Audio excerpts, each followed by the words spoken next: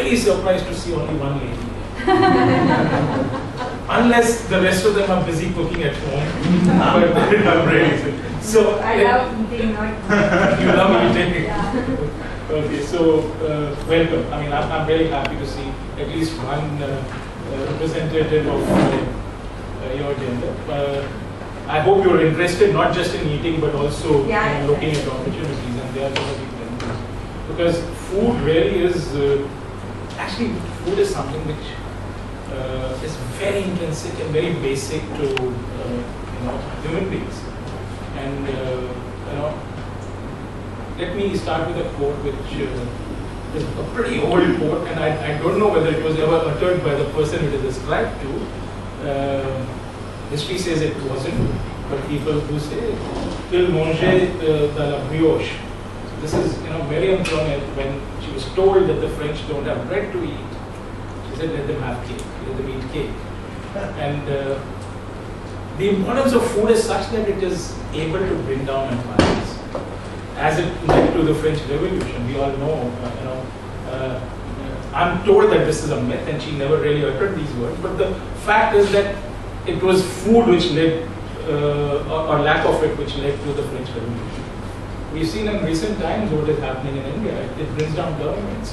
Onions have power not only to bring tears to our eyes, but also to, I'm thinking maybe, next year to a lot of congressmen. So food is a really powerful thing to, which moves people. It's all about fact, Either you're passionate about food or you're not. You're not there. There's no, sitting on the fence or anything like that. I remember, when I was a small child, and my love affair with food goes back to my childhood. I used to, come home from school when I was about 9 or 10, and I used to start experimenting. My afternoon snack was, as it so happened, my mom used to go out. She used to be working, so I had to come and fend for myself and my younger sister the afternoon snack. And the kind of innovations that I used to do that time, there is an old samosa lying in the fridge, and so samosa bhurji. I would take anda, I would take the old samosa, put it in a pan, chop, and you have samosa bhurji along with egg. I really remember that. I remember my first exotic meal was also something similar on a trip to Thailand in a restaurant where I was served seaweed. And I was an impressionable young man, early 20s that time.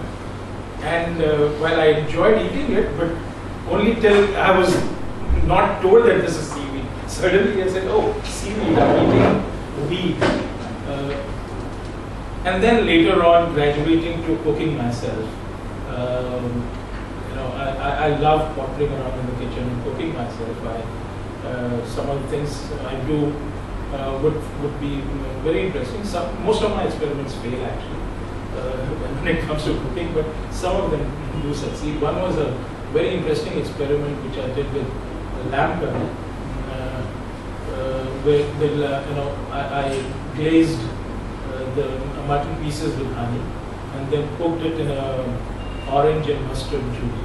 So that turned out quite well. It's an interesting combination. Orange with lamb is somewhat interesting. So the fact is that food is something very important for all of us, and we look at food. We have a relationship. We have memories.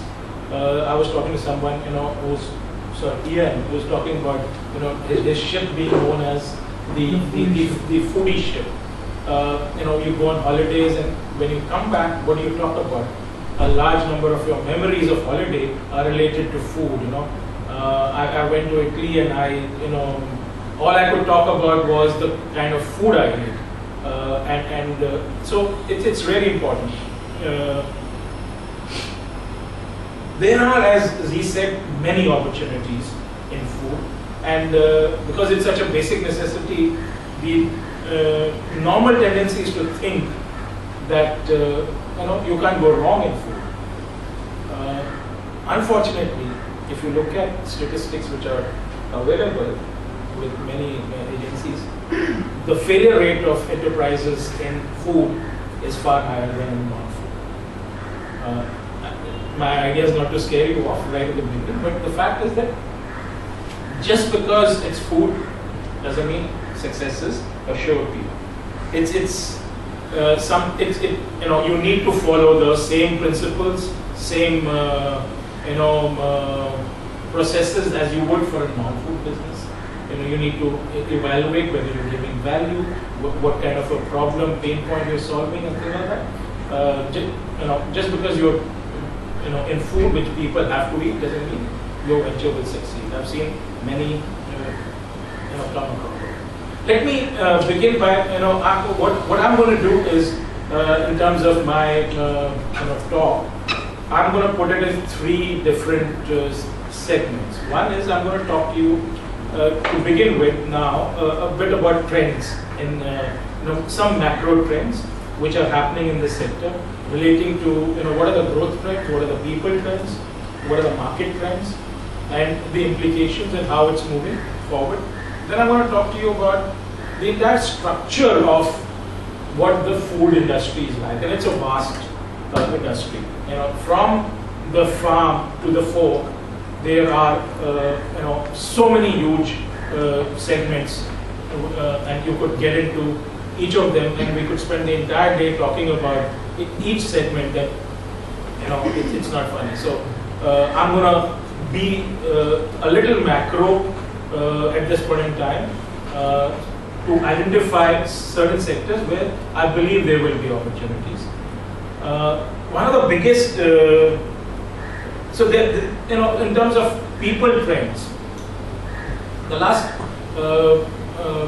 decade or so, notwithstanding the slowdown of the last couple of years, there have been a number of changes which have happened in the environment around us. One of the trends is the rising rural affluence and awareness about products. And when I say rural, it's not just small town India. It's also small town India within urban India. I'll give you an example, and that's the second trend, which is the exposure through social media. I'll give you an example. Facebook, we are all on it, to varying degrees. I don't think anyone is not on it. A while ago, I got a request from my driver. So, I looked at this and I said, oh wow, he's on Facebook. I don't even know when he gets the time to be on Facebook. I accepted. Then, recently, we used to have a maid of 15 years, and our children grew up, and she was like kind of family, took care of the family and things like that, and we took care of her children in terms of assisting and helping and supporting and education and things like that. Our son grew up to be something in computers and working in one of the companies, and got a request from my maid's son. And I accepted, and I'm glad I accepted, because suddenly on my timeline I was exposed to things which gave me an insight into what is happening there. And believe me, there's a force of change which is happening there. And they talk about, okay, I'm restricting myself to food, but there are a lot of impactful changes which are happening there. And in terms of food, their exposure to media and their exposure to social media is actually raising huge amount of awareness in terms of the kind of possibilities that they start examining when it comes to food. Also, because there is rising affluence, therefore there is the ability to pay for that also to a certain extent. You have the ability to pay. So that is a constituency which is growing really large. It is gaining awareness, it is getting educated, and it is slowly also acquiring the ability to pay for those kind of products. And your penetration of whether it is processed foods is beginning to increase there. Take this family as a example. Our maid used to work in our house, and she 15 years she worked. She was earning maybe 5,000-6,000 a month. Her husband, similar amount. They had 3 children. They got all of them educated. One of the girls went to the Frankfurt, Academy for Air Hostess, something like that. Became a customer service person. This boy became a computer engineer or something. And suddenly the family income has jumped, and they live in a village near Gurgaon. Their area of operation is actually Gurgaon, but they live in a village, which is one of the satellite villages of Gurgaon. But their income has jumped from 10,000 a month to suddenly 30,000 because there are 2 more earning members. So the ability to actually pay for things has tripled, and there is awareness also.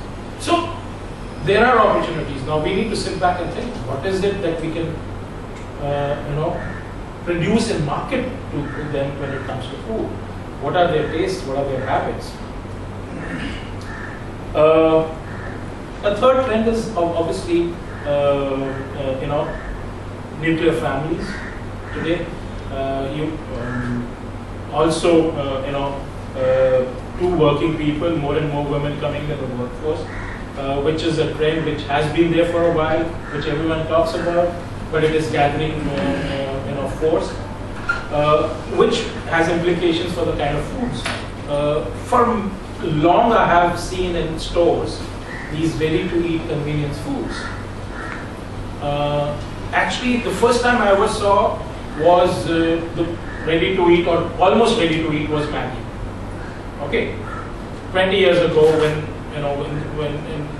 during early days, it was very difficult for them to market because there was this thing about Indian mother wanting to take care of the family and making things with her own hand.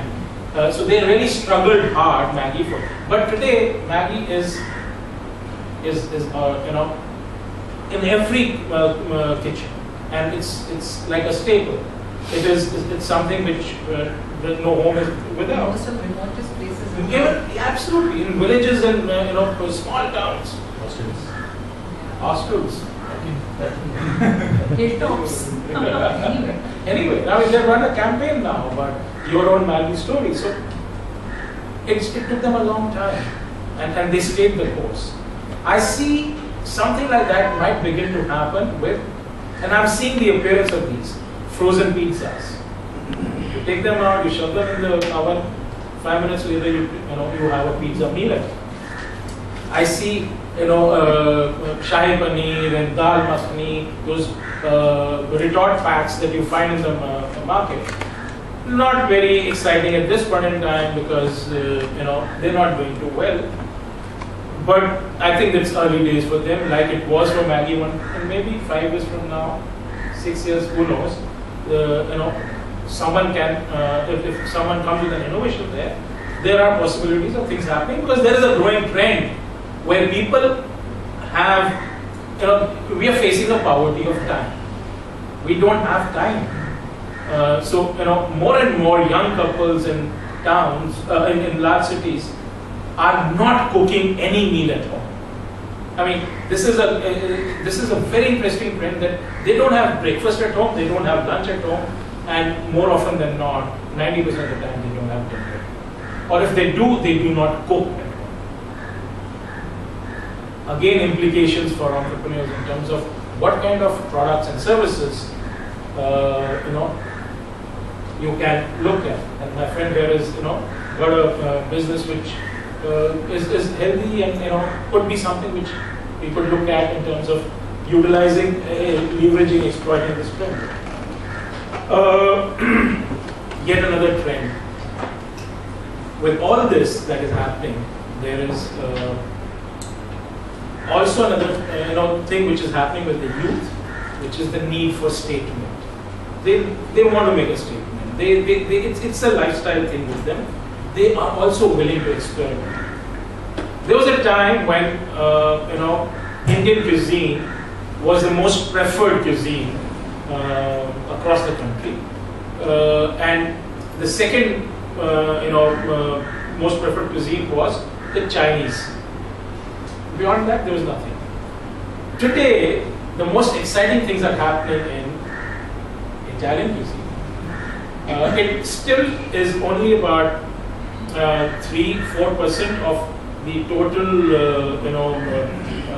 food services market, but surprisingly, in metros it is 3 to 4%. In many metros also it is 3 to 4%, and that is a trend I find exciting, because what you are saying is that it's pervading across town classes. It's not a metro phenomenon. Whether you go to a Quattro nearby, or you go to any of the other Italian restaurants, or continental, or more world cuisine as they call it, it's not being restricted only to metros.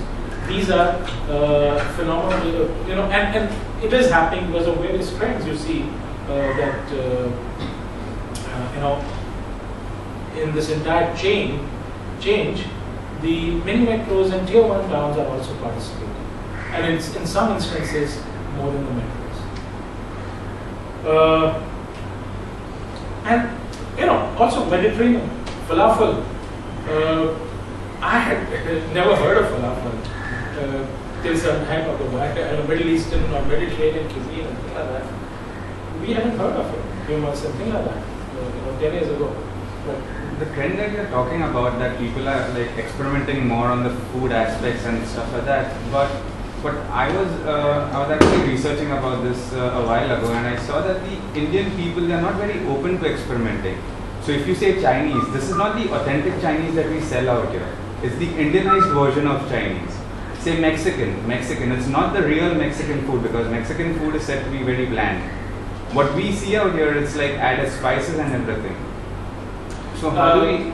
I'm not sure Mexican food is bland. It is. In my experience, it's hot. It's really hot. Italian could be. I agree with you on the Chinese bit, that we have Indianized the Chinese to a large extent. That is true. So much so that Punjabi Chinese, as it is called, Ludhiana Chinese, Jain Chinese and things like that.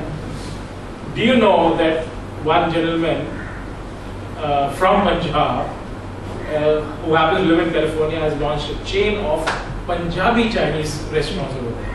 So yes, to that extent, yes. But willingness to experiment, if you had made not there, if you had made that statement even 10 years ago, forget 20 years ago, I would have said yes, but not anymore. Not anymore, and that is, the evidence is there for you to see in terms of the number of new cuisine restaurants which are successful. Look at restaurants around you: Cafe Zoe, Indigo, Shiro, Busaba, the Japanese. There is a Korean restaurant, Sector 29 in Gurgaon, and Korean is a notoriously difficult cuisine to get used to. Okay, does phenomenal business, has been for the last 3 years. So, 10 years ago that statement might have been true. I don't believe any longer. The young today are well traveled. They go out. They travel. Indians are traveling more and more abroad. They are more than happy to experiment today. So yeah. I just want to just share 2 points. Number one, chilies actually came to India from South America. Just for people's information. Chilies were never they were never Indian. Neither was corn, etc., etc. That's part number one. Part number two is that I think that Indians, as much as data and research that I have done on my own, they change, but the change happens very slowly. As compared to some, like a new trend will happen in the United States, just move very quickly. But India changes happen, but it happens very slowly. It's a long time to mark. So just to add there, I think there's even a combination of people that's what I'm working with. So you go to a restaurant, you will have the authentic Mediterranean, etc. food, but along with that, you have certain things for the Indian palate, so that they kind of hedge their risks there. If you see even McDonald's, initially when they started, they added so much to their menu to make it Indian centric. So little customization is fair, but that's another opportunity, right? So even when big giants come here, they actually have to step in. And when they did something down South Mumbai, it just didn't fly up. They either had to shut it or they had to make it a Jain outlet because people wouldn't step in. That entire area was a Jain thing. So imagine a McDonald's Jain. In Punjab, you actually had a Punjabi tikki burger, with a look of Sardar who was trying to sell a burger. So you have to do that as customization. But that's another huge opportunity, I believe. Absolutely. Let me, I'll take that, this thing up. You're right. I don't know whether change is happening slowly or less slowly than before or not. I don't have actually any, data to back up that statement. So I'll accept that. However, my statement was all of India, not just Sure, Mumbai or something like that. sure. But my contention is that they're willing to experiment more. They're willing to go out and eat different kinds of things. But yet, as Z pointed out, a lot of success comes for brands who are able to adapt and localize. Very clear on that. That is definite a key factor for success, that you cannot, and everyone had to do that. If you look at it, Pizza Hut, Domino's did not succeed till they started offering paneer as a topping on pizza. For God's sake, no one had ever thought of that. They will put aloo on pizza. And McAloo is a product of India. It's not that it existed in McDonald's repertoire. And now they have started exporting that. So yes, definitely. When I'm talking about willingness to experiment, I'm not talking about the success factor being what you bring from outside. You will still need to localize, and that is very clear. And unfortunately, India is not a country. It's a continent. So you have to localize to different tastes. What a gentleman down south in Chennai will eat is not the same that someone in Ahmedabad or someone in Delhi or Ludhiana will eat. So you have to do different kinds of customization. The final trend, which to my mind is the most important trend, is that there is a heightened awareness of health. And health means different things for different people. I'll give you two examples. One example is health for the lower sections of society, bottom of the pyramid people, means not falling ill. That is the basic, this thing of being healthy. There is a product which was launched by a joint venture of Tata and Pepsi called Gluco Plus. Water. It's basically water. They went through a lot of iterations on the pricing part of it and things like that. Excuse me. They were trying to keep pricing below 5 rupees or something like that. Ultimately, they couldn't manage to, and the price was a little higher. It's fortified water. It's simply, and it comes in that cup, plastic cup with that heat seal thing on top, like you see normal this thing. They launched in Andhra Pradesh. An amazing success story. There were people from lower sections of society who were picking up 8, 10 cups. Girl picking it up for her father who's a laborer. It has vitamins and glucose and various other minerals fortified with that and gives you strength and things like that. There are companies I know who are experimenting with a biscuit which is fortified and gives you all the nutrients that you need in a particular day, in a day. And it isn't commercially available yet, but there are significant opportunities bottom of the pyramid for something like which a product which is healthy, which gives them the required nutrients, and which increases their immunity to the extent that they don't fall ill, because it is very important. That section of society, falling ill means loss of wages for the day. And that is something that they will, really, so that, you have to understand that why is it such a big concern, not falling ill. It's a big concern because falling ill means missing work, and most of them are daily wage laborers. And if they fall ill, not only they, but their family also doesn't eat that. But for yet another section of society, the youth, let's call it the urban youth or the more well-heeled youth, health trends are something different. Health trends are something that perhaps Anuj could take a lesson from. For them, it is body beautiful. So some of things that you might want to explore is what it means for the youth in terms of products which will make their body beautiful. It's glowing skin, internally healthy, and things like that. So detox and things like that. So health trend, which is pointing towards opportunities, means different things to different people in the population, and you have to identify where are the large constituencies, which are the large trends, and what can we do there. And I'm just giving a couple of examples here. There are growth trends happening here. There are certain product categories which are fading away. So I've divided these categories, and maybe you can add to some of these into 3 categories. I have the rising stallions, which are new product categories which are emerging and which are let's say hotbed of opportunities at this point in time.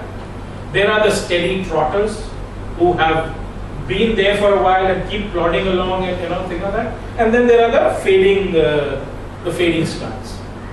To my mind, jams and sauces, perhaps to a certain extent, are some of these fading stars. I mean, who eats jam anymore?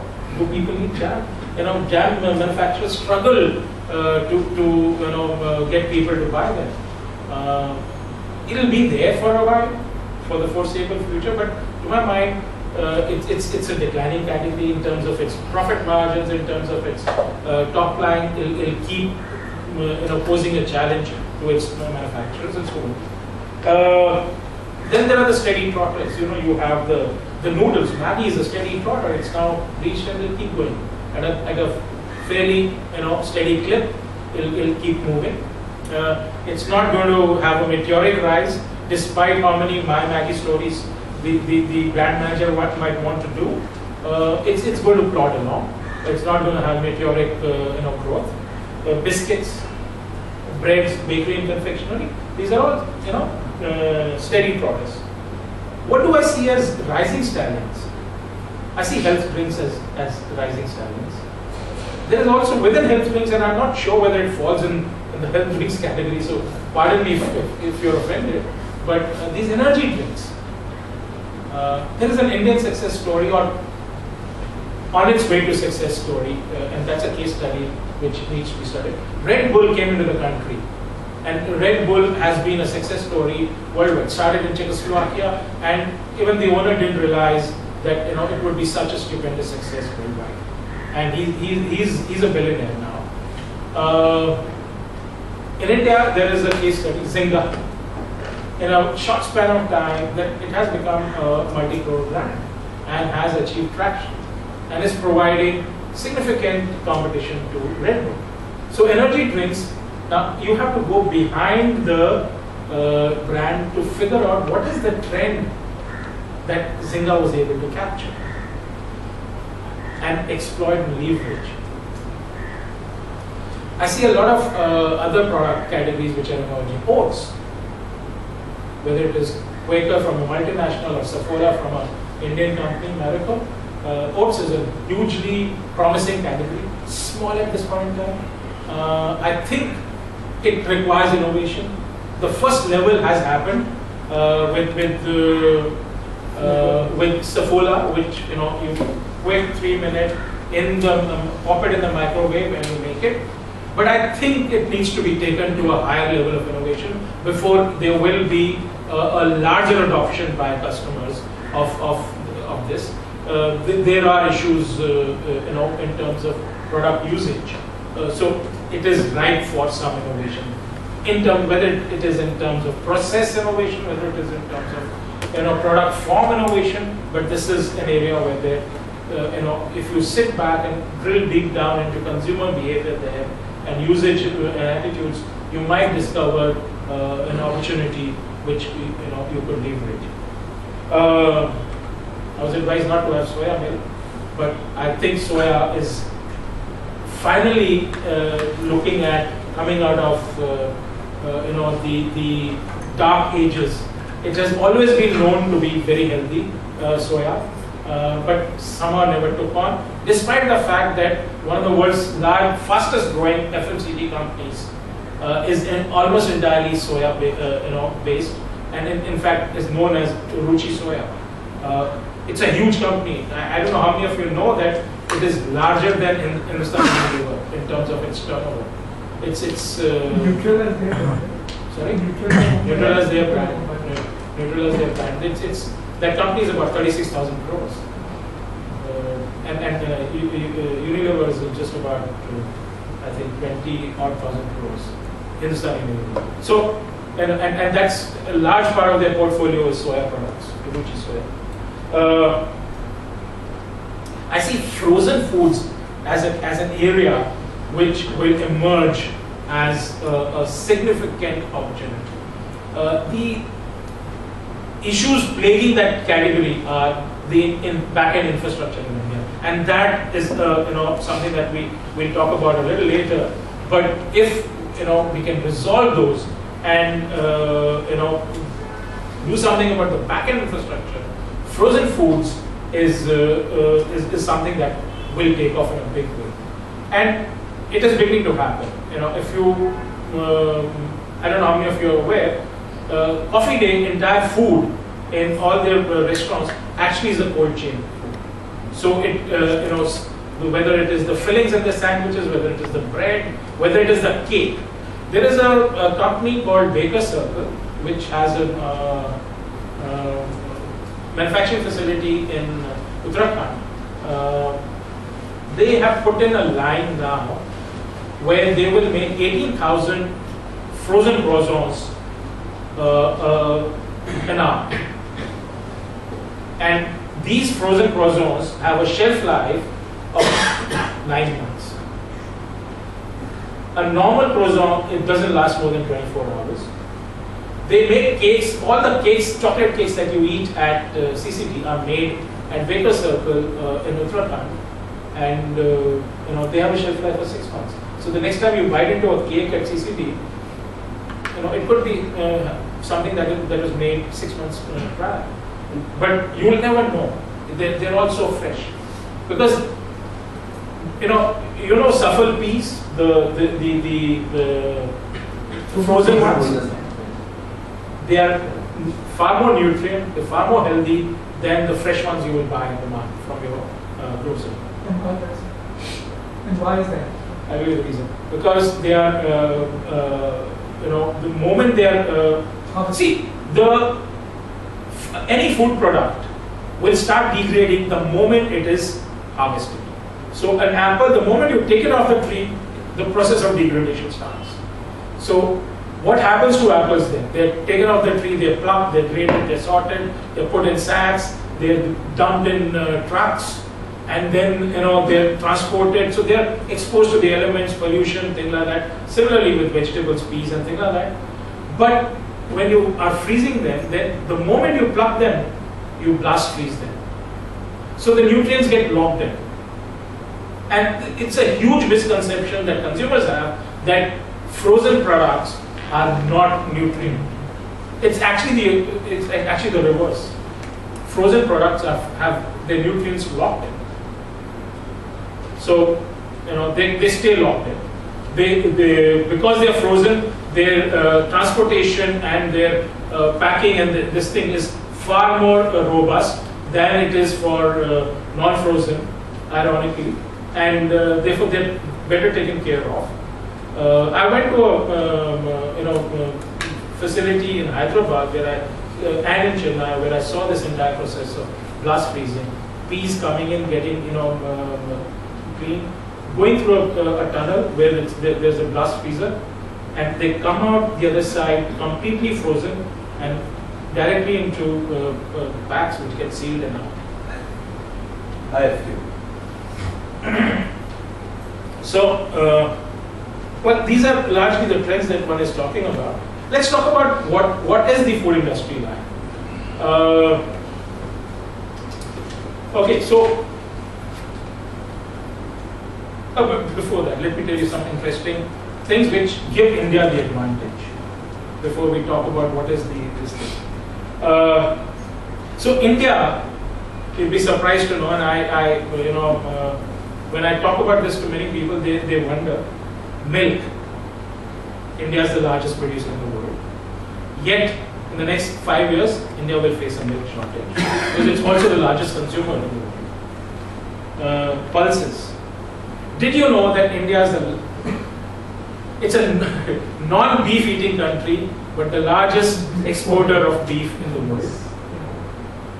So, it's actually largest exporter of buffalo meat, which is known as Kara beef.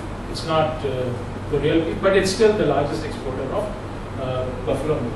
Bananas, mangoes, guavas, #1 production globally. Tea, rice, sugarcane, and papaya. Wheat, #2 globally. It has the highest amount of irrigated land under cultivation in the world. It has the highest population of cattle in the world. No wonder they are on the roads and things like that. But 205 million cattle in the country. Yet our per cattle yield of milk is amongst the lowest in the world. New Zealand and Netherlands rank very high there. There are a number of joint ventures, technology transfers happening currently in the dairy sector. I know of whether it is Parag or Tirumala, which has received PE funding. There is one venture which is happening in Hyderabad. Dairy is a big hot area of opportunity which is happening. Nilgiri Dairy in Bangalore, Parag, and Tirumala. So where is the opportunity? In all of this, there are trends which are pointing towards something which is interesting, which is happening in this country. India is situated well in terms of the amount of grain it produces, the amount of fruits and vegetables it produces, the amount of even marine life. It has a huge coastline, 7,500 kilometers of coastline. So where is the opportunity? Let's look. How am I doing on time? Let's look at the structure. It's a vast area to look at. So but I've tried to simplify it by putting it into two broad areas. One is agri products, or which are processed. So you have the raw produce, but we're not getting into raw produce. But then that raw produce gets processed. Unfortunately, in India, a very small amount of it gets processed, but that leads to the food processing sector. And then there is the food services sector, which is what QSRs and ventures like Rocket Sandwich are a part of.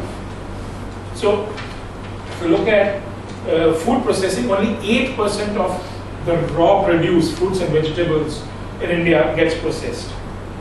The entire market was 121 billion US dollars in I think the year before last, of which there are significantly 6 segments. There's fruits and vegetables. India is the second largest producer globally of fruits and vegetables. There is dairy, where India is the largest producer. Like I said, 127 million tons of milk it produces. Meats and poultry. And in poultry, interestingly, the protein of choice for Indians, 80% of consumption is chicken.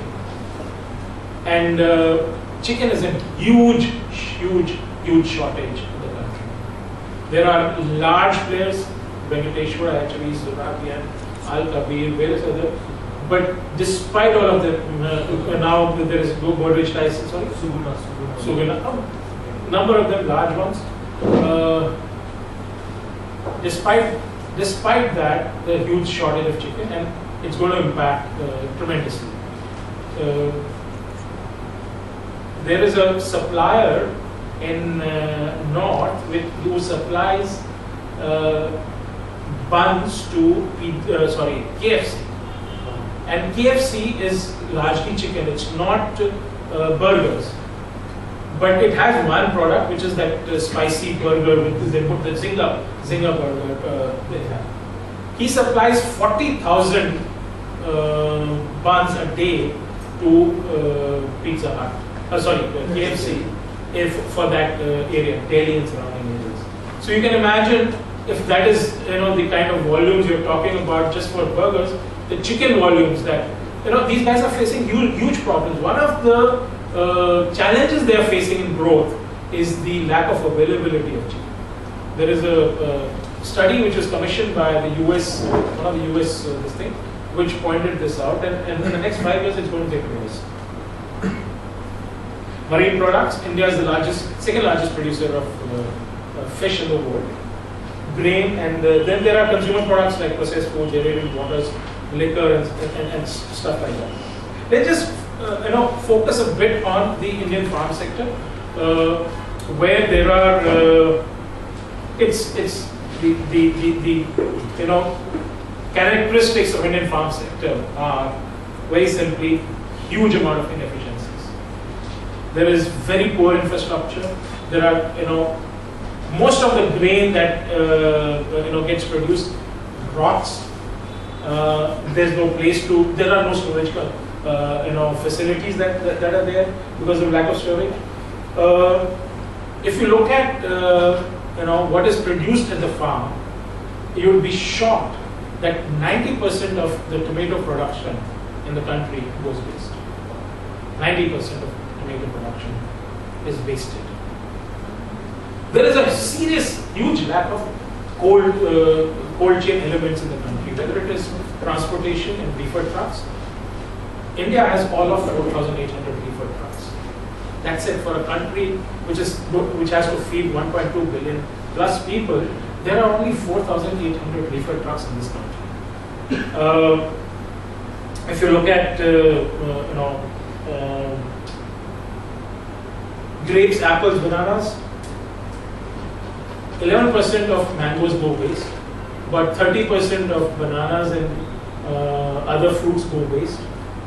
Obviously, this leads to huge inefficiencies in the supply chain, and there are, at this point, let me, and cold storage facilities are available only for about 10% of the farm production, and out of that cold storage facility which is available, 75% is used for potatoes. It is in fact not fit for using for use in any other product.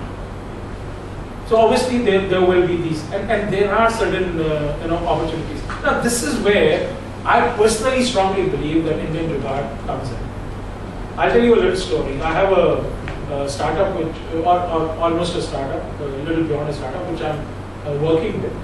They're in the food business. They set up a central kitchen, but for efficiencies, and for some reason they have 1 or 2 outlets outside Bombay.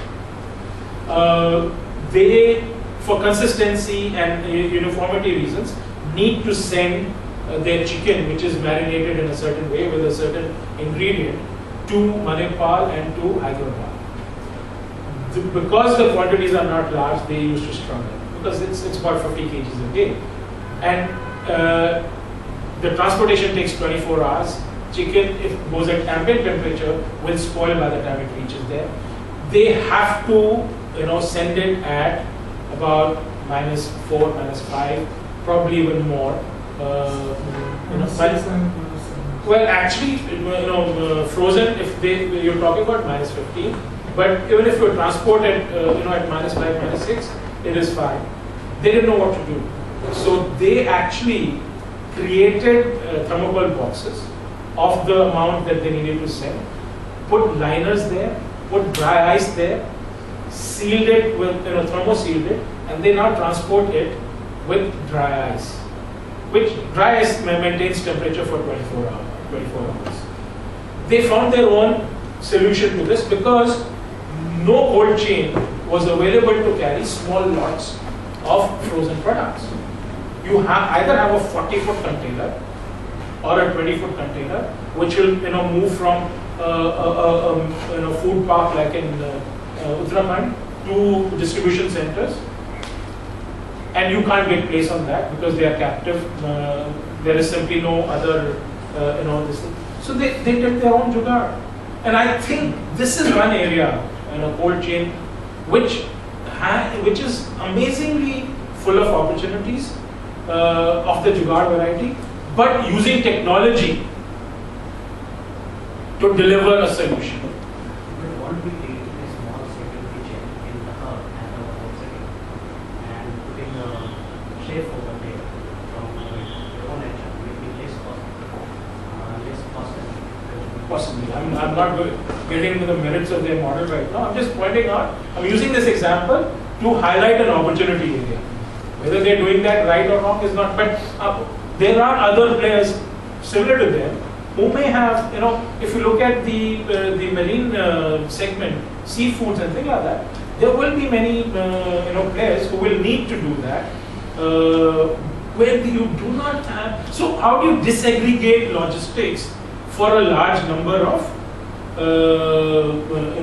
players? And then, it's a question of disaggregation and then aggregating again at a different point. I think there is an opportunity there. I know of a company which has got into it. They started 2 years ago.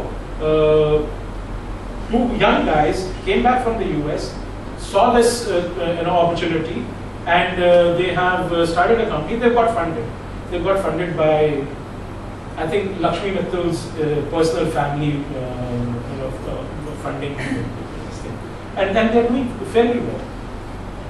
Okay, so farm sector obviously huge potential in terms of opportunities. Dairy, I had the opportunity to mentor, take a mentoring session only once with one of the Thai members. I don't know if you recall the Dr. Moo. Their brand is called Dr. Moo. The dairy guys. Great idea they have. I don't know how they will be able to execute it, but they obviously have challenges. Organic milk, leveraging the trend towards health food.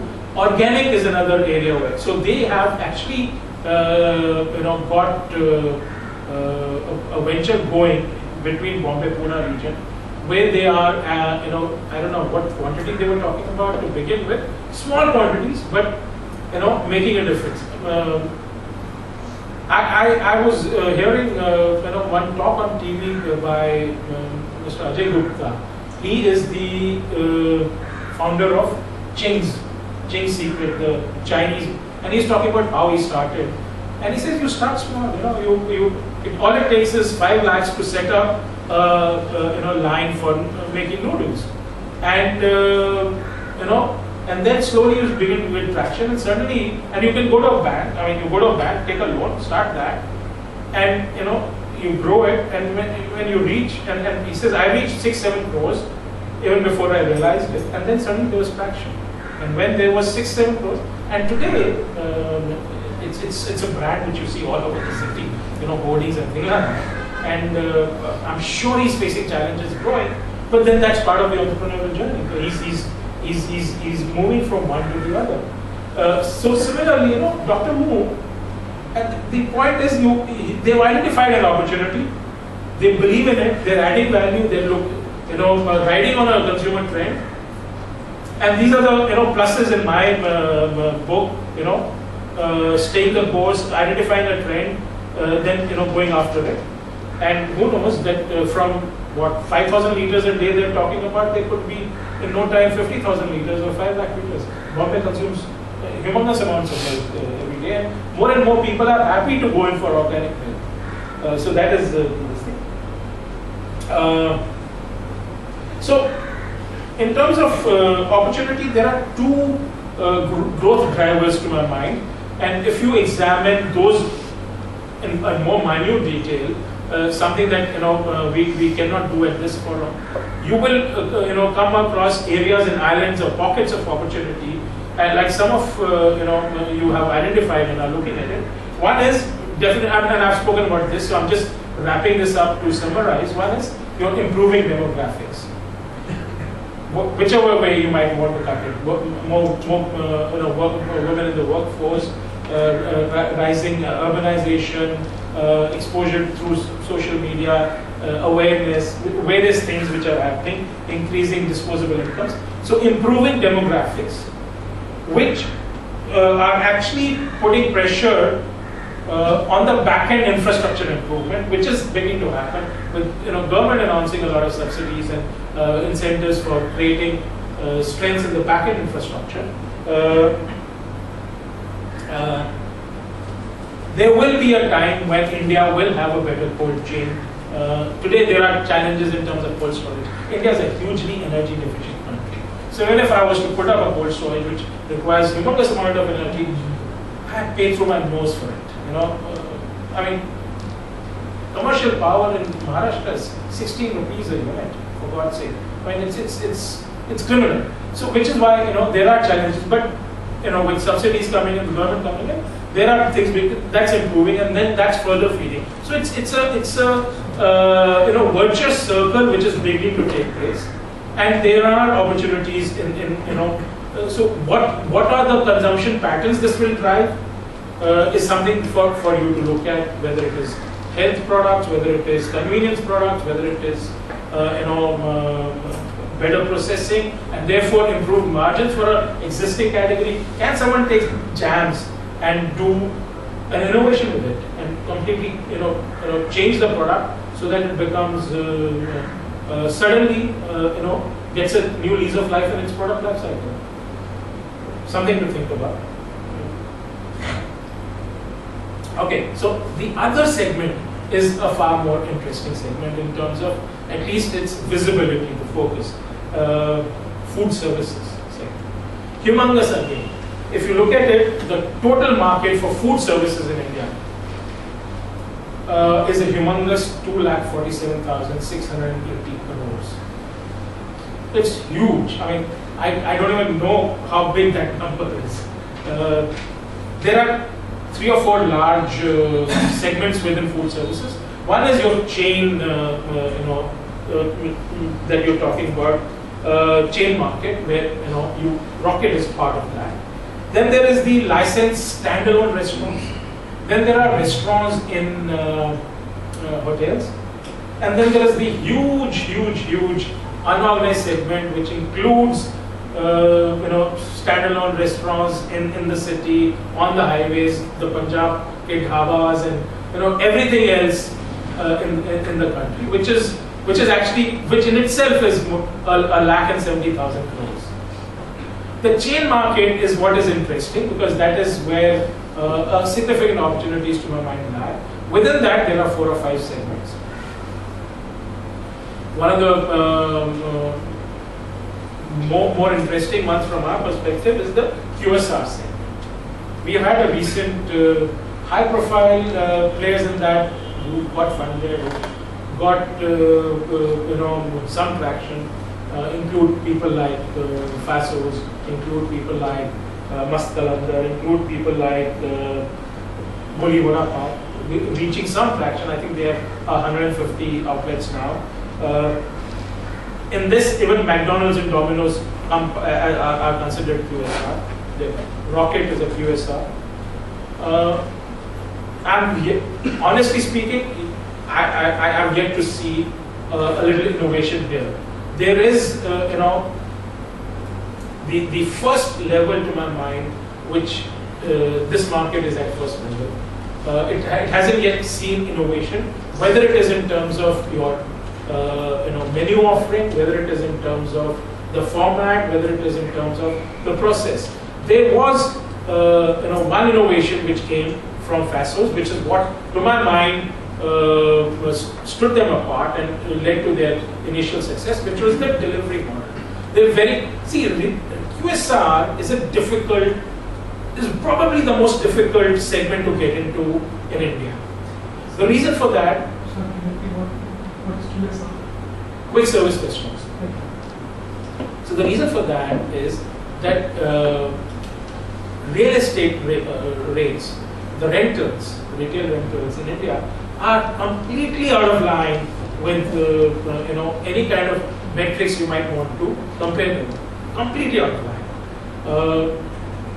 So it makes it very difficult, because if you are spending 25 to 30% in some cases more of your revenue on lining up the pockets of your landlord, you're not going to make money. It's simply impossible. And that is where Fasos succeeded by doing a format and process innovation, not so much product innovation. Product was, to my mind, ordinary. There was nothing outstanding about the product. Kaki rolls, I've had better kaki rolls. Nizam's makes stupendously tasty kaki rolls. But where Fasos succeeded was in. So what I'm urging you, when you're looking at opportunities, in food, it is not just innovating on the product itself. It could be the method of delivery. It could be the format. So their stores were 110, 150, 120 square feet. 70% of their revenue came from deliveries. They had a great back-end infrastructure in terms of the call center, and that is what led to their initial success. I'm not sure where they are at this stage, but they were definitely and after that I've seen a lot of Me Too's. I haven't seen any innovation in any of the possible areas whether it is product. So there is, despite the fact that it is dangerous territory, QSR, I would be the last person to try a venture in QSR. Despite that, there is room for innovation here, which could lead to an opportunity. Whenever the product innovation Fasos also, in terms of like if you have a party road, Monkey Jams or other Calcutta-based players, it will be more sort of a Mumbai case, more fried, etc. But if you go to Fasos, that really doesn't taste like a Calcutta raw. It tastes something more towards, which suits more towards an order pack. So a bit their rolls will taste like something what you can get the wrap in McDonald's than in Calcutta. Sure, I can see that. But my point is, if you have to do product innovation, India is so rich in its food. If you look at the culinary map of India, and just Google Pushpesh Pant culinary map of India, it is so colorful. You have the idli vadas, you have the doklas, you have the medu vadas, you have the vada pavs, you have the samosas, so many things. Don't tell me we cannot give these a modern twist which works with the youth, give it a modern twist, give it a health connotation, and have the street foods of India kind of a chain. If you really have to do product innovation, get a chef, tell him, look, these are age-old products. Dokla has been eaten for centuries. Idlis and dosas have been eaten for centuries. Samosas have been eaten for centuries. Can we not give them a modern twist and create if you're really talking about product innovation, and create a format which brings together on a platter all the snacks of India with a modern, I could, as a child, innovate samosa and anda. I'm sure, there are people who can do much better. So what I'm saying is that it's a notoriously difficult place to get in, very high failure rates in QSR, but there still is an opportunity if things are done properly out there. Another trend which is gathering pace, and we spoke about that in terms of nuclear couples, not eating any food, any meal at home, or not cooking any meal at home, is on-the-go consumption. that pictures that you see an executive in a suit, walking with a sandwich or a wrap or something in his hand down Wall Street or something, or London. Something that you never associate with India, because Indians do not eat while walking. Unlike Westerners, Indians don't eat while walking. They don't eat on the go. They like to sit down for their meal, by and large. But that is changing again. That's a trend which is giving way again to compulsions of modern Indian life. So you have people, and that is where people like Rocket are seeing an opportunity. Out of home consumption, on the go. You pick up their sandwich and walk down to your car, get into your car. You're eating while you're driving. You're eating while you're walking to work or whatever, and you're done with your bit of a meal that time. So that is one. Another interesting news that I heard, and I never thought Starbucks would do it. Starbucks, has launched a chain of chai bars. Chai, this thing. So that's an interesting one. In none of the cafes that you're really talking about, in India, a tea cafe chain has not succeeded. Oxford bookstores, they tried it as part of their own bookstores, but didn't go too far.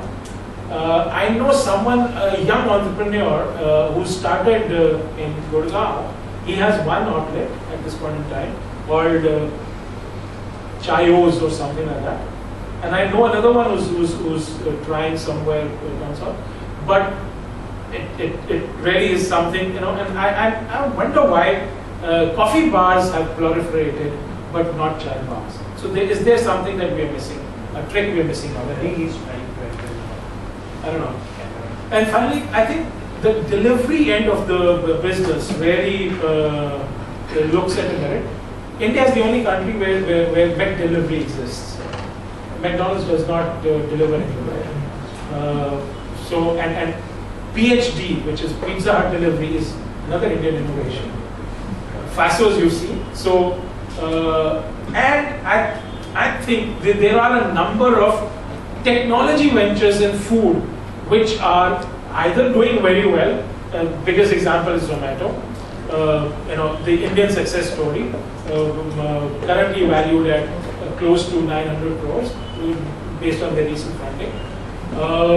But beyond Zomato, there is Tidbit. There are a lot. So technology to deliver, whether it is interactive menus. So if you are a technology person like Vandi, it's not that there is no marriage between huge amount of possibilities. More so also in, I think, going back to the farm sector, services for the farmers, where technology can come into place. I'll just end with 2 or 3 ideas that I've picked up. One is, technology to deliver education and information to the vast amount of villages and farmers that we have in the country, and how we can come up with a technology solution which gives them information, education, tips to improve yield, productivity. I remember McDonald's, when they came in, they brought in technology, iceberg lettuce, which is consumed by McDonald's in huge quantities. We used to make from one plot of certain size some amount of iceberg lettuce, and the lettuce used to be this much in size. They brought in their technologies of farming, and the first lot of iceberg lettuce that came out was this big. The other is, what is happening is 2 things. In India, if you look at the trend in farming, your farm holdings are becoming smaller and smaller. Successive generations, division is leading to smaller this thing. So contract farming is one area. The other is something which has worked in other countries very well, is an extension of contract farming, which is corporate farming. So a lot of people live and work in urban areas, but own rural land, which a corporate, puts together, 5 acres from someone, 6 acres from another one person, and then farms it as a whole, becoming more efficient. Because small holdings are not remunerative. I have my chartered accountant holds 37 acres of farmland in Haryana. I keep telling him, you are a multimillionaire. Why do you need to work with clients, writing their books and things like that? Why don't you go and farm your land? He says my income will drop to 1/10 if I do that, or less than that, because it is not remunerative. Even at a level of farm holding of 30 acres, it is not remunerative. So that there is an opportunity where you aggregate farm holding and do another idea, which is an interesting. It is something that I came across recently. Small holdings. There is a technology called hydroponics. I don't know if anyone is familiar with hydroponics. Hydroponics. So, hydroponics is the technology by which you grow plants without soil. It's a Israeli technology, right? Is it No. Technology exists since Egyptian times. It is basically why does a plant need soil? It gets its nutrients from soil, but nutrients can be given to the plant in any other way. Primarily, the soil holds the plant. So if you create an hydroponics, you create these containers in which the plant, and then there is a contraption which holds the plant. It's in a solution which has all the nutrients. And in this office, if I create a contraption where there are trays, one above the other, I can grow Ty's entire requirement of this office's entire requirement of food in so much space. So that's another thing.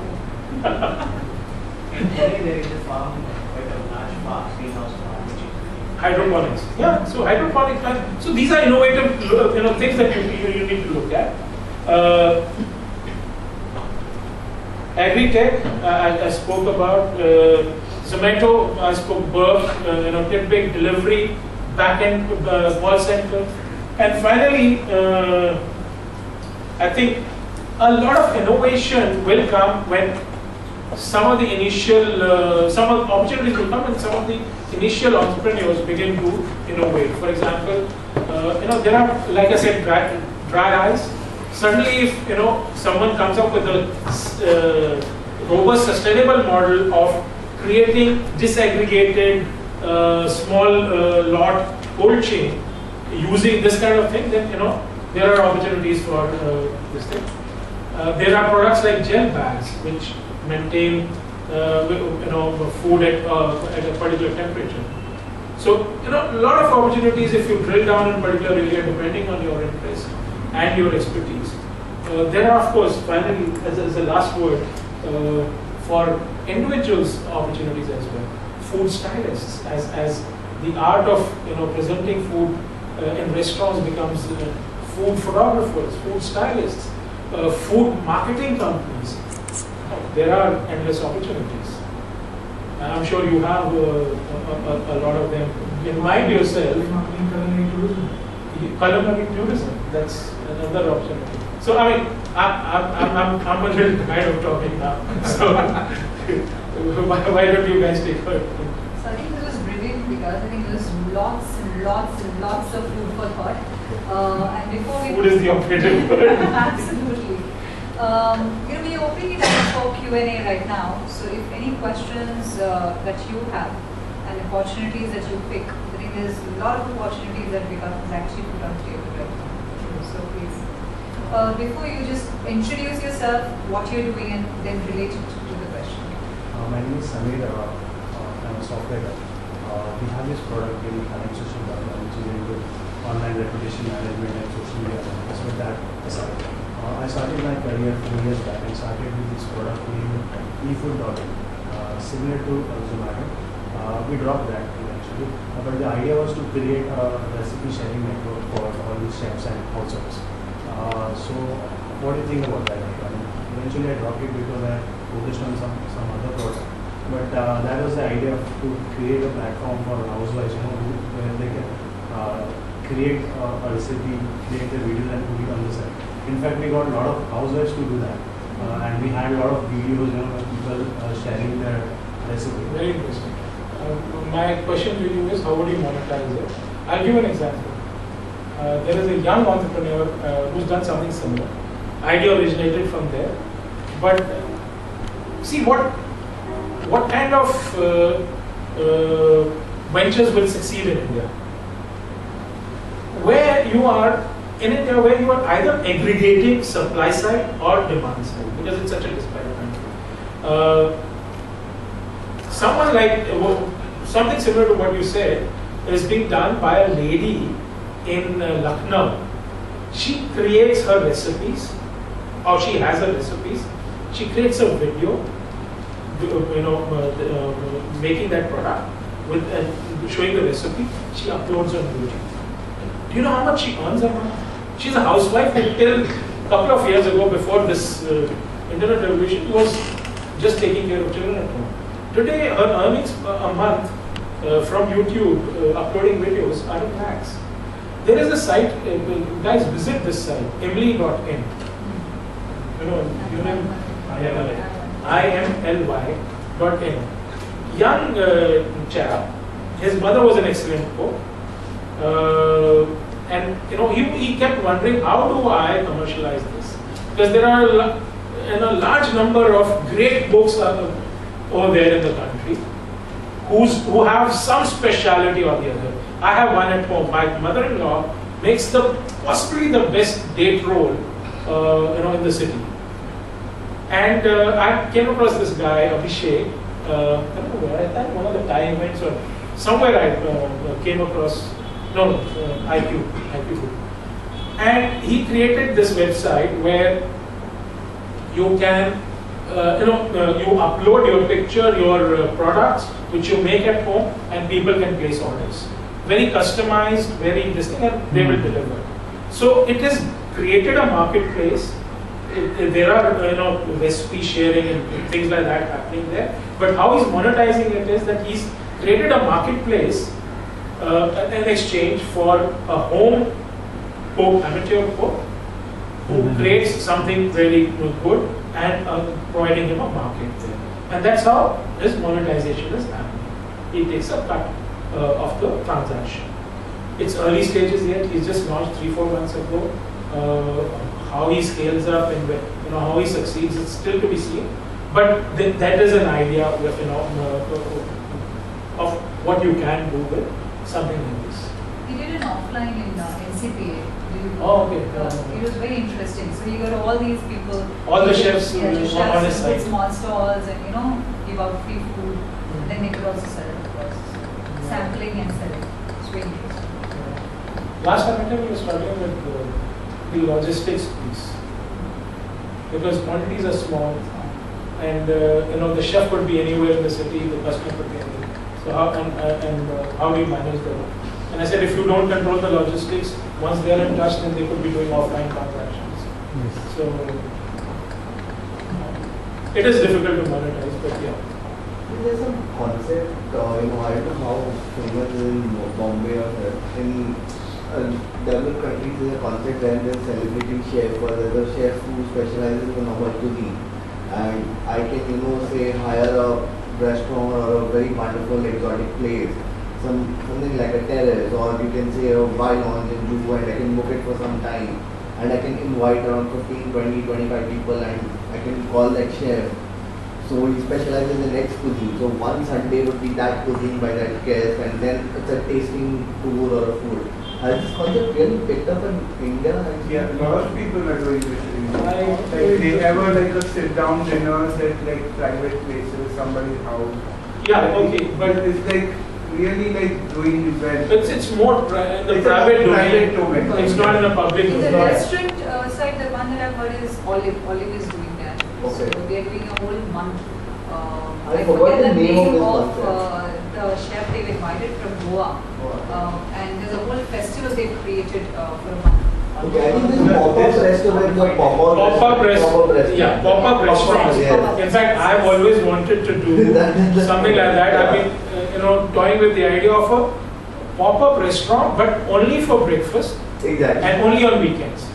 So Saturday, Sunday, it'll pop up, Yeah. serve you from 7:30 in the morning to 3 in the afternoon on Saturday and Sunday, and then. But it'll make the meanest omelets and breakfast things.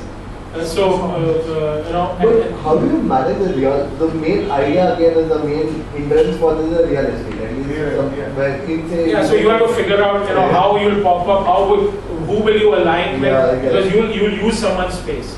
Another concept which is not there in India, which I've been wanting to do for 5 years now, more than 5 years. I just haven't had time to explore it. Is a restaurant where you come in, you give and buy. It's a fixed price per head. It includes wine and ingredients and a recipe explained to you by the chef.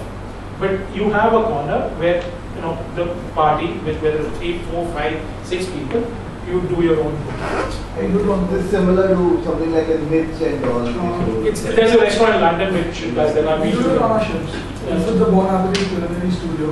There's a chef from Bon Appetit. The guests come and they, in fact, we even take it advanced. We take them out shoreside. They pick up the local ingredients with the chef. So she tells you, One of my friends done that. I didn't use on your ship. No, we do that, and then once you come on board, it's a whole 4-hour session that takes you through cooking. I think that's a great. And it's all recorded, so you can actually even purchase a CD at the end and even take it back home. There is a restaurant in London. There is this restaurant only for dinner, and you go in there. The price, it's a fixed price, so many pounds per head. Wine, instructions, ingredients, and the place. You cook and you eat. So one of our members recently did something similar, not exactly the same. It's called as Noodle Town, and he created an open house. And so typically he's serving different kinds of noodles through the month. And he kept a one-day open house where you get your own ingredients or use the ingredients from their own restaurant and cook up your own noodles of whatever flavors or whatever type you want. And then he kind of created fun around it and a contest. So who wins or who gets the best kind of a flavor will go in the regular menu. So he got a couple of good judges who are well known in the industry, and it was very well received. And then there was a lot of tasting, free tasting, which was happening for all the people who were there. So it was quite exciting. I think it's starting. People are starting to sample this. I have another interesting, thing which has just emerged, a new venture, doing fairly well, and I'm actually surprised it's doing well, because I think it's a logistics nightmare to do that. It's you can Google it. It's a venture called Travel Khana. The premise is that when you travel by railways, you hate the railways food, and all of us do. It's unhygienic, it's terrible, spicy, thing like that. So all you do is you go to the website, you tell them which train you're traveling, which is your compartment, where do you want a meal. It'll be delivered on the station in your coach. There's one more concept is that BSP buses. Yes. Actually, yes. But I think this is still on. Well, I know they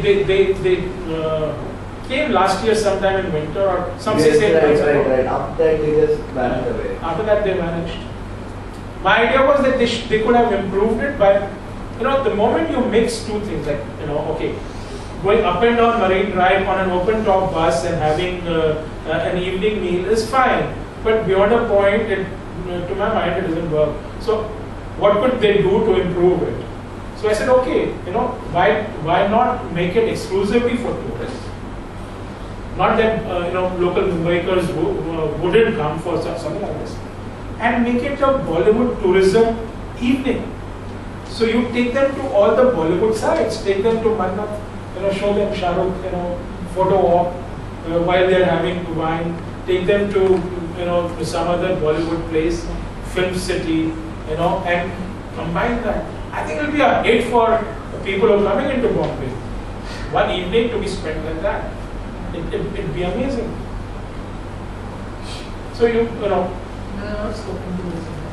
tourism, eating, travel, eating is another vast area which I missed out actually in terms of my focus. But I think there is travel plus eat and tourism plus eat is an exciting area again. Rural.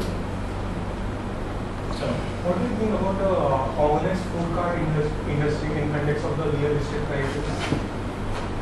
Because it works well in the suburban areas or B-town or C-town city where the police won't irritate you. Well, police shouldn't come into the picture. You need to get all your licenses. Yeah. If you do, then police shouldn't come into the picture. I don't think the issue is with that. I think it works to a certain extent. There is a young entrepreneur from IIM who started this hygienic, well-cooked, simple home food on a cart, and he parked. If you guys are familiar with Gurgaon, there is Cyber City there. There are about, I think, close to 2 to 3 lakh people who descend on Cyber City every morning. They have their meals there. He parked a cart there, and he said he would do that at various other locations. Problem is, it works only for lunch. This thing, it doesn't work for dinner. No one's going to go to the cart in that kind of this thing. People who will go to the cart, normal carts are a different segment altogether. If you're targeting, the office goers with this kind of premise that good, clean, healthy food, and you're an organized setup, then your pricing and the offering would be very different. Those people will not come in the night.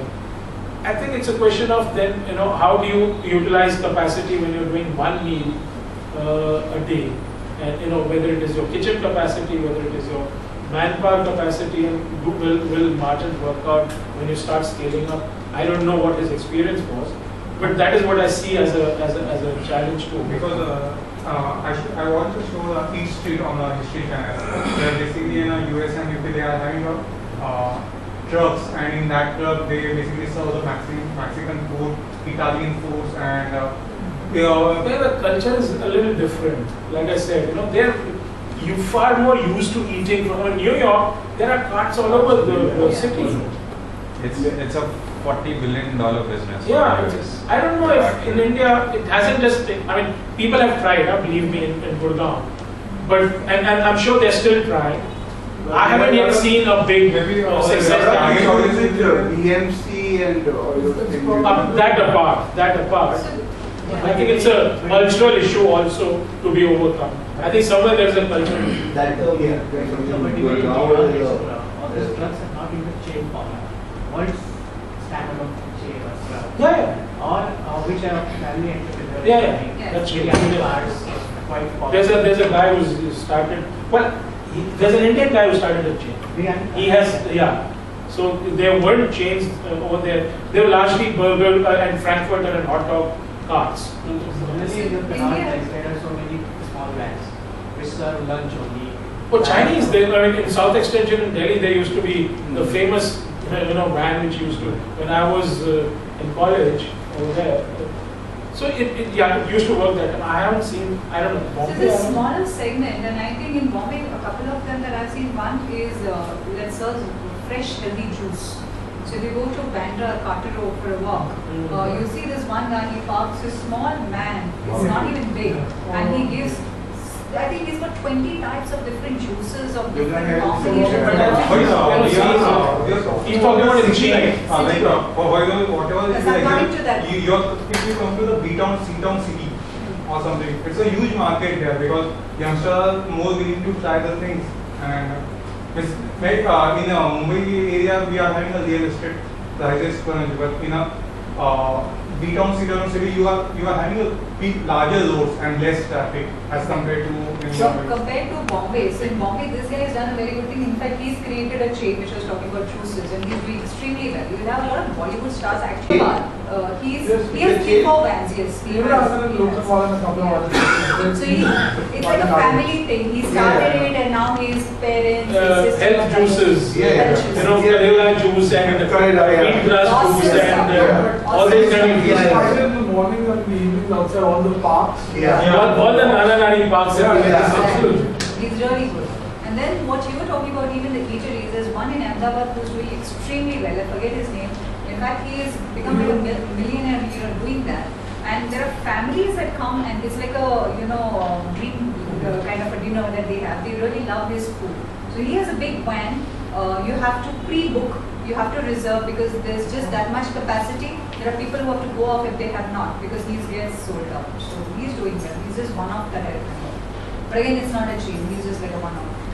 What do you think of the opportunity in the processing sector, like say, oil for oxygens, doing something like that? Very generic. Okay, so there are opportunities there. Little tough to exploit them. I'll tell you why. Tropicana, the oranges, you get a lot of oranges there in the country. But do you know that most of Tropicana or other juice, Dabur for instance, gets all its orange pulp processed in Nepal? Tropicana comes in containers from US, they import that because the entire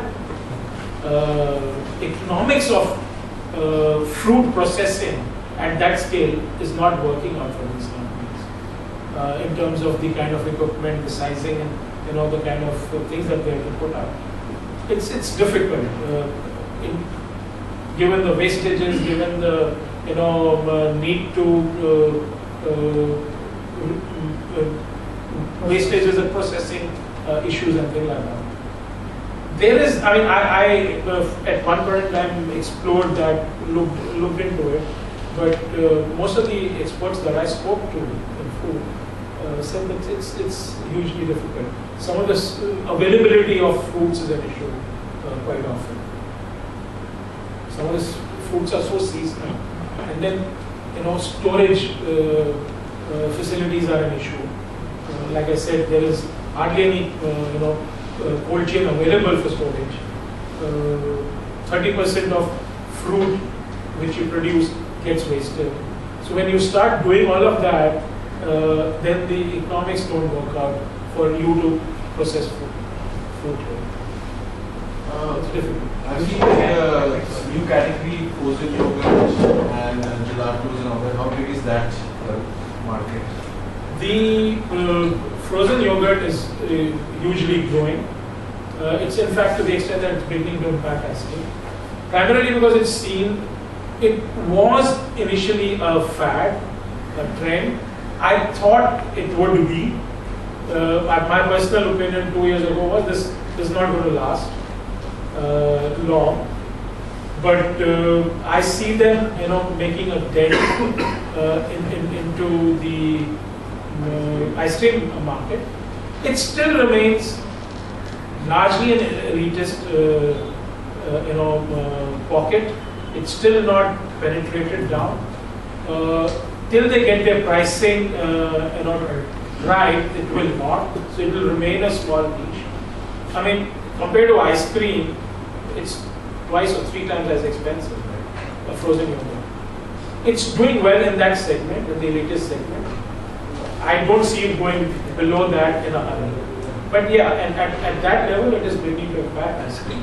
So it's because it's also now being perceived as healthier than ice creams. So what started off as initially as a fad is now acquiring a slightly firmer foundation base in terms of health promise, but pricing keeps it at that level. I know somebody with gelatos, the cost of gelato is actually considerably much lower than ice cream because of the fat content being very less. And he's actually cut down that cost to a very big degree because what he's done is instead of like all the logistics wise, it's made in one place, then moved on to all the other places in containers. So that's sort of equipment, the frozen material. He's got these ready-made sachets that he imports from Italy, and he's got these machines that create the gelato in 3.5 liters at the place itself. So that will bring down pricing a lot because you don't have the sort of infrastructure that you require for the transportation. So it would be a trend that would come into place. He's opened a couple of stores in Dubai and Abu Dhabi. He's looking into coming to India in a very strong way, but he's not really getting that sort of an infrastructure. I've seen that Coco Berry has been doing pretty well in that segment, frozen yogurt. Coco Berry was doing well. Then competition caught up. Now you have international brands which are coming. Pink Berry, Sixth Street Yogurt was there already. Some number of them. But I don't think most of them will last for long, except for one or two.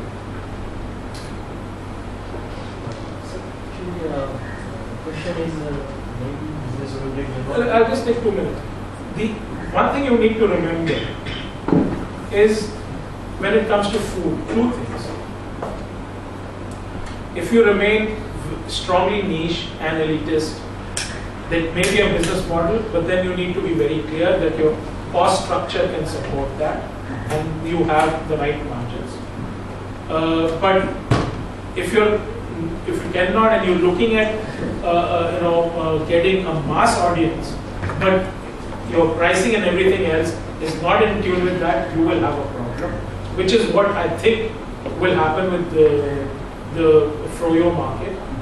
The other thing is that please remember one thing, while health is a trend and every consumer you talk to will say, yes, I'm all for health, but when the decision is made, it is made on taste. So if it is not tasty, it will not sell. Believe me, it will not sell. And you have to appeal to all 5 senses. You cannot appeal just to the sense of taste. Food is something that is first, and I keep telling Tenzin and Vivek that, it is first eaten with the eyes. You have to look attractive. You have to, the consumer has to see you and get attracted and pulled. You have to romance the customer. That's why we are mentioning very good. You have to romance the Yes, customer. and you started to be more attractive after that. You can make whatever promise you do to the customer, but till you romance the customer, it will not work. You have to appeal to, and how many of you know Heston Blumenthal? 1, 2, 3, 4. He's probably the world's best chef, runs a restaurant called the Fat Duck in London. That restaurant is booked 1 year in advance. Cost of a meal there is about 350, 400 pounds per head. Okay, so it costs more to eat there than to go from here to London. But the way he appeals to your senses, 5 senses, that visual, smell, sound and taste and feel, texture. He has some amazing signature dishes. If you are in love with food, one thing you must do before you die is eat Heston Blumenthal's food.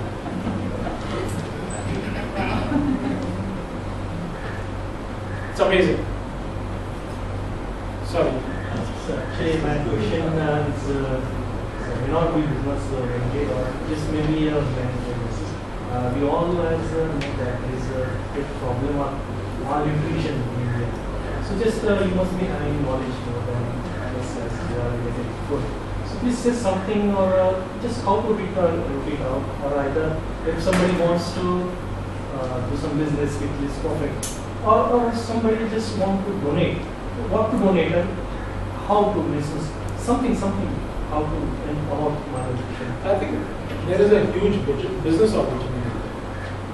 So some of the companies which are now beginning to look at that area.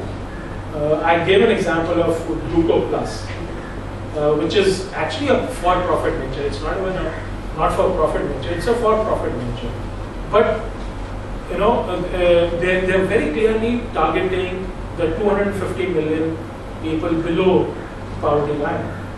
Is it priced well? It's 5-6 rupees. And biscuits.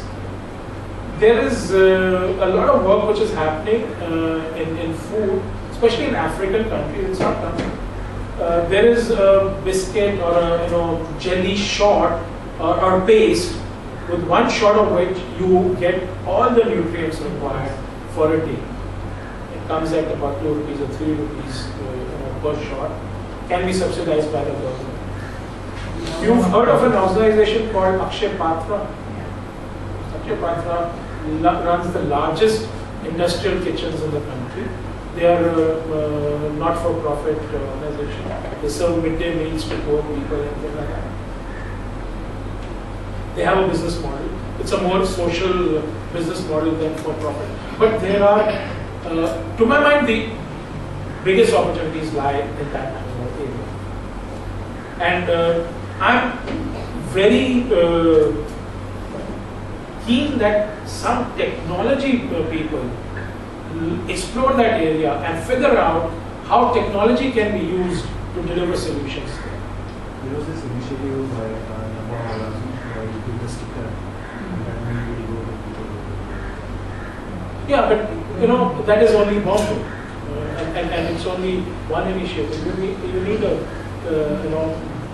This new that we're talking about, we use it on our life raft. It has to sustain for more than a year and a half. In that, just in case, and it provides the whole day's nutrition. You just give a piece to everybody, and that's what we eat in case of an emergency, which could be advanced on technologies to be served to the masses. For great storage. Absolutely. So just to add to that, I'm a designer. I'm a designer, communication design student actually. So we were actually approached by a company a few months ago about this nutritional part. The French company in Africa, I think you're referring to, is called Campina.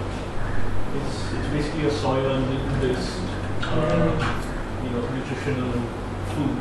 And a couple of Indian companies looking at that. A couple of dairy companies, because I believe the source is milk protein or something like that. That's what they say.